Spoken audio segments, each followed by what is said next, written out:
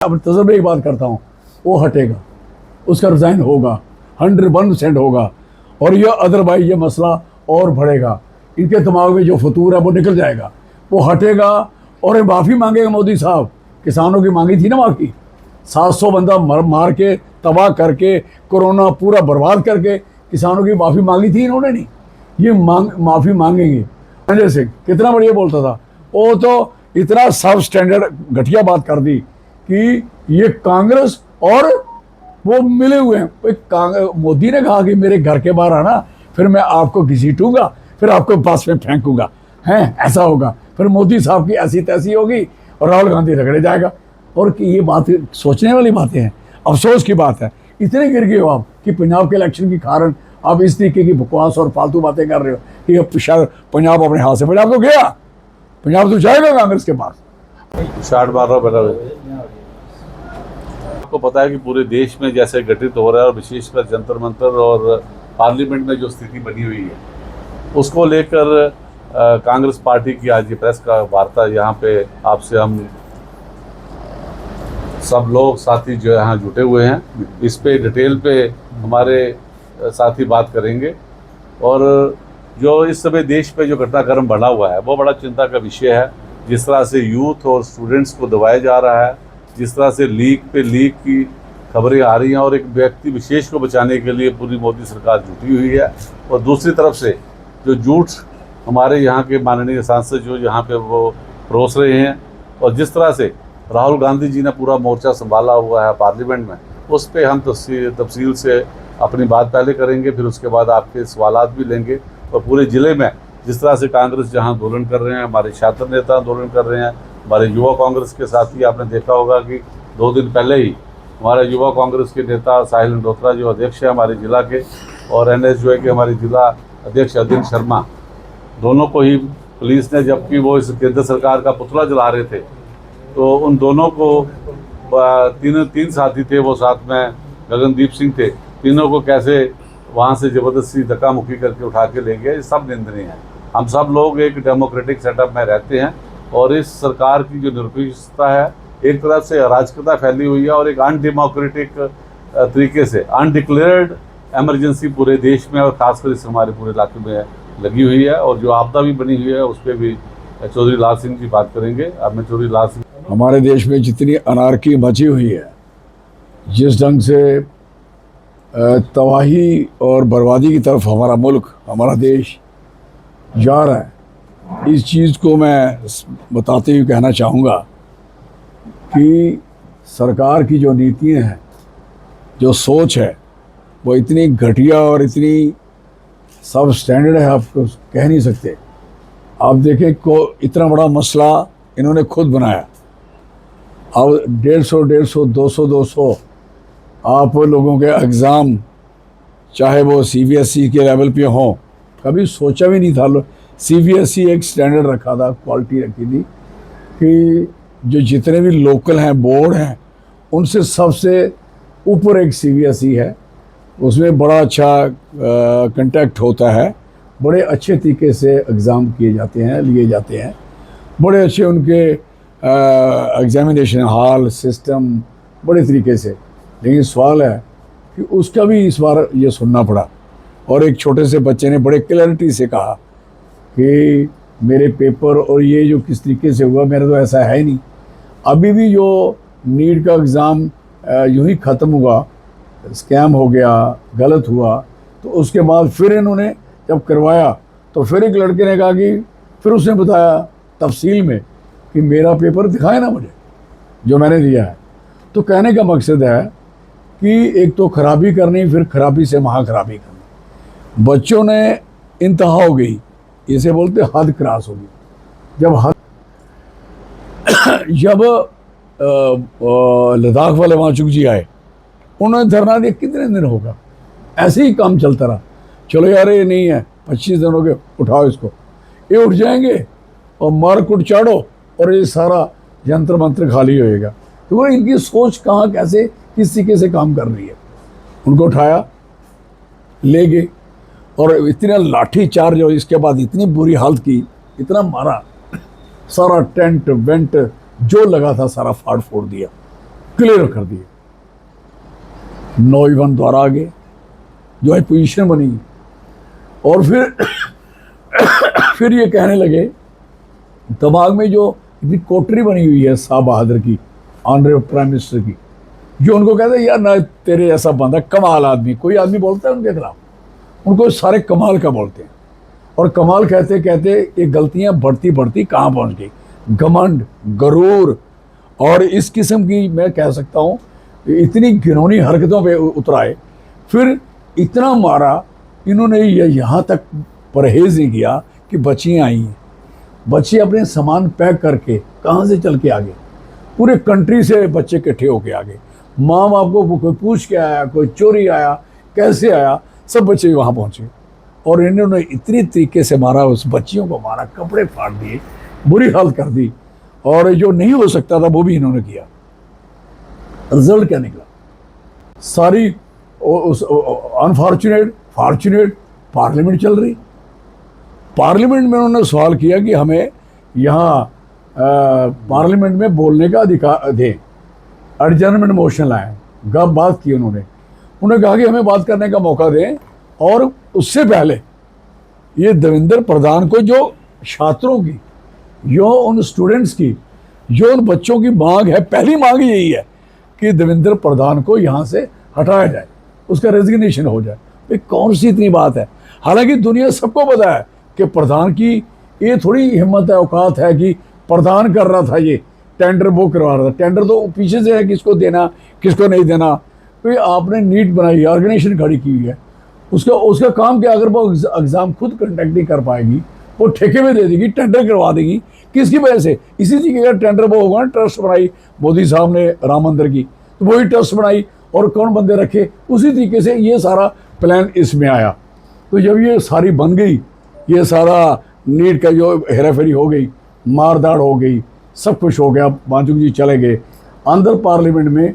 जब इनकी सुनाई नहीं हुई तो इन्होंने बाहर आए प्रदर्शन, उन्होंने बाहर से निकले तो सीधा प्रधानमंत्री के घर चले गए, जहाँ वो चले गए थे।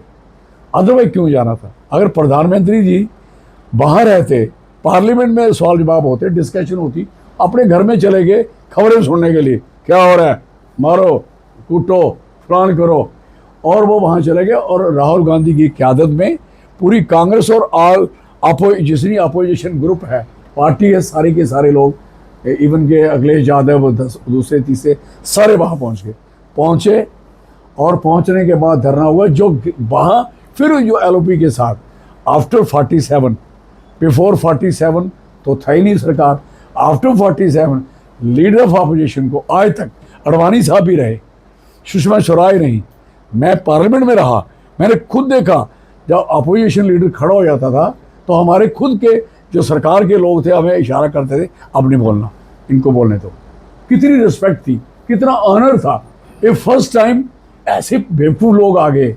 और आपने ये भी सुना होगा, अडवाणी साहब ने तकरीर में कहा, सुषमा स्वराज ने कहा, अपनी जब वो अपने अपने टेन्योर में रहे, उन्होंने कहा ऐसा कैसा हमारा मुल्क है, ऐसे बोलते थे, कैसा मुल्क है कि हम लोग अलग अलग लाइन से हैं, अलग अलग विचारधारा से हैं, लेकिन सबको पार्लियामेंट हमारी इतनी खूबसूरत है, सबको यहाँ बोलने का मौका मिलता है। ये कौन कर रहे हैं, अडवाणी साहब। इसी तरीके से मैडम सुषमा स्वराज बोलती जब उसकी बारी आती कि कितना हमारा कितना बढ़िया। मैं जब भी स्पीकर साहब से मिलने जाती थी तो मैं कुछ कहती थी, मेरा काम होता था। हम जब भी कुछ कहते थे, मैं मैडम सोनिया गांधी जी के पास जाती थी, हमारे काम होते थे, इज्जत थी, रिस्पेक्ट थी। वो खुद कह रहे हैं, कौन, बीजेपी के पहले लीडर ऑफ अपोजिशन बोथ। और जब बारी आई इनकी सरकार में, इनको समझ नहीं आई कि लीडर ऑफ अपोजिशन से कैसे निपटना, कैसे बात करनी। सरकार का मतलब क्या है, सरकार सुनने को है, ये लिसनर है। उसके बाद जो लोग बात करते हैं उन्हीं बातों पे उसका जवाब भी देना होता है, उसका हल निकालना होता है, ये बोल देती है। जब इन्होंने एलओपी को कैसे खींचा, नाक से खून तक निकाल दिया। और फिर वो राहुल जी ने बड़ा क्लियर कहा, कह रहे पुलिस वालों तो मेरे कान में कह रहे थे कि यार इनको हटाओ हटाओ। एक थे राजस्थान के, एक थे हरियाणा के, दोनों ने मेरे कान में कहा हटाओ, हम तो सिर्फ वर्दी पहने हैं, अंदर बुरा हाल है हमारा भी। तो उनके भी बच्चे हैं, सारे महसूस कर रहे हैं। तो कहने का मकसद है कि उसके बाद भी जो कितनी बदमाशी है, मैं पार्लियामेंट को जानता हूँ। ये कोई और बात बंदा बाहर लोग सोचते शायद ये बात ही नहीं कर रहे। इनका मसला है, 3 मसले हैं। फर्स्ट है कि धर्मेंद्र प्रधान का रेजिग्नेशन, उसका रिज़ाइन होना, इस्तीफा होना। उसके बाद है अकाउंटेबिलिटी, किस पे?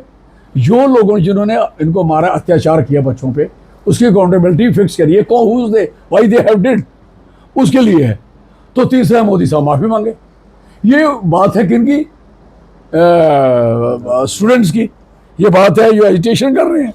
कल भी उन्होंने क्लियर किया, राहुल गांधी उन्होंने इसको अंदर उल्टे घुमाने की बात करी और पलचाने की बात करी कि नहीं, हम बात करना चाहते हैं, किसी मुद्दे पे बात करें। भाई कोई नियम होता है, कोई तरीका होता है, कोई सिस्टम होता है, आप ऐसे नहीं कर सकते। तो उन्होंने कहा नहीं, हमारे खारगे साहब बोले, बड़ा क्लियर बोले, राज्यसभा उन्होंने कहा पहले रेजिग्नेशन, उसके बाद डिस्कशन। फिर इधर अपोजिशन में यही सेम जगह सेम हुआ, और वो बोल रहे हैं नहीं हम तो बात करना चाहते हैं, करवाना चाहते नहीं। What the mean? मैं क्या समझता हूँ कि उस बंदे को, धर्मेंद्र प्रधान को हटाना क्यों नहीं है। ये भी सुन लो मेरी बात, आपको बता रहा हूँ, मैं अब तजर्बे की बात करता हूँ। वो हटेगा, उसका रिज़ाइन होगा, 101% होगा, और यह अदरवाइज ये मसला और बढ़ेगा। इनके दिमाग में जो फतूर है वो निकल जाएगा, वो हटेगा और माफ़ी मांगेगा। मोदी साहब किसानों की मांगी थी ना माफ़ी, 700 बंदा मार के, तबाह करके, कोरोना पूरा बर्बाद करके किसानों की माफ़ी मांगी थी इन्होंने नहीं। ये माफ़ी मांगेंगे। और ये लोग जिस समय नीट का पहले बार, ये खुद बोलते थे बच्चों के साथ, छात्रों के साथ, और यो इन्होंने अब ट्वीट करके जवाब दिया। क्या जवाब है वो? क्या जवाब है भाई? ये क्या आंसर है? किस चीज़ की बात है? इसलिए हमारा कहने का मकसद है, धर्मेंद्र प्रधान रेजिग्नेशन करना पड़े, और लोकसभा की जो कार्रवाई सरकार की तरफ से रुकी हुई है, ये कोई अपोजिशन की तरफ से नहीं रुकी। अपोजिशन बड़े साफ लफ्जों में अंडर दी जो उनकी क़यादत है, हमारे राहुल गांधी जी की, हमारे LOP साहब की, उनकी क़यादत में सारी पार्टियां एकजुट होकर कह रही हैं कि आप इस पे बहस कराइए, लेकिन पहले रेजिग्नेशन हो। और रेजिग्नेशन जैसे होता है और ये बहस होती है, बहस में फिर एक नेम होता है, फिर किस नेम के तहत करोगे? क्या उसकी आपस में वोटों की जो गिनती होगी, कितने सरकार को पड़े, और इसमें क्लैरिटी आ जाएगी देश के साथ कौन है। कईयों ने, जैसे आम आदमी पार्टी, फुलिश बेवकूफ़ों वाला काम किया, और इतना बढ़िया बोलता था, ये क्या नाम उसका, संजय सिंह, कितना बढ़िया बोलता था। वो तो इतना सब स्टैंडर्ड घटिया बात कर दी कि ये कांग्रेस और वो मिले हुए हैं। मोदी ने कहा कि मेरे घर के बाहर आना, फिर मैं आपको घसीटूंगा, फिर आपको बस में फेंकूंगा, हैं ऐसा होगा। फिर मोदी साहब की ऐसी तैसी होगी और राहुल गांधी रगड़े जाएगा। और कि ये बात सोचने वाली बातें हैं, अफसोस की बात है। इतने गिर गए हो आप कि पंजाब के इलेक्शन के कारण आप इस तरीके की बकवास और फालतू बातें कर रहे हो कि अब शायद पंजाब अपने हाथ से, पंजाब तो गया, पंजाब तो जाएगा कांग्रेस के पास। अब तो देश, सुन लो मेरी बात, सारे इलेक्शन सारे ये लोग हारेंगे। और जो यूथ है इस देश का, जो मुखर है हमारे कंट्री का, जो हमारे देश का फ्यूचर है, आप उसके साथ जाति कर सकते हो, उन बच्चियों और बच्चों के साथ। देखो कैसे एक लड़की रो रही है उसके आगे, ये आपके ये रो के हाथ जोड़ जोड़ के बात कर रही है, और एक पुलिस वाला एक लड़की के पीछे डंडा मार रहा है। What this nonsense? भले आप सोचो इस तरीके की हरकतें हो जाए, इस तरीके का काम चले, और हमारी जम्मू कश्मीर की कांग्रेस, हमारे कठुआ की कांग्रेस, हमारे अजीज पंकज डोगरा की क़यादत में हमारा ये प्रदर्शन अगर इन्होंने ठीक किया, तो हम भी कठुआ से, हम भी एक तैयारी में जुड़ जाएंगे। और कठुआ के जितना यूथ है, जितना स्टूडेंट्स हैं, सारे लोगों को इसलिए छुट्टियां डाल रहे हैं ये लोग, आपको समझ रहे नहीं, आगे छुट्टी, काले बंद, ये बंद। आज कितनी शर्म की बात है, रेलवे जो यहाँ मेट्रो है दिल्ली की, सारे को जो सेंट्रल दिल्ली है, सेंट्रल दिल्ली के सारे स्टेशन उन्होंने बंद कर दिए। क्या बात है? और इंटरनेट बंद कर दिया, और लोगों का इंटरनेट जो चल रहा है इस समय यूथ का और लोगों का, वो मैं कहता हूँ मुबारक की बात है। और ये होश आएगी, ख़त्म हो गए, धर्मेंद्र प्रधान भी जाएगा, और ये पार्टी अल्टीमेटली ख़त्म होगी, क्योंकि खात्मे की तरफ इनका दिमाग, इनका फतूर सारा का सारा निकल जाएगा। यही कहना चाहता हूँ मैं।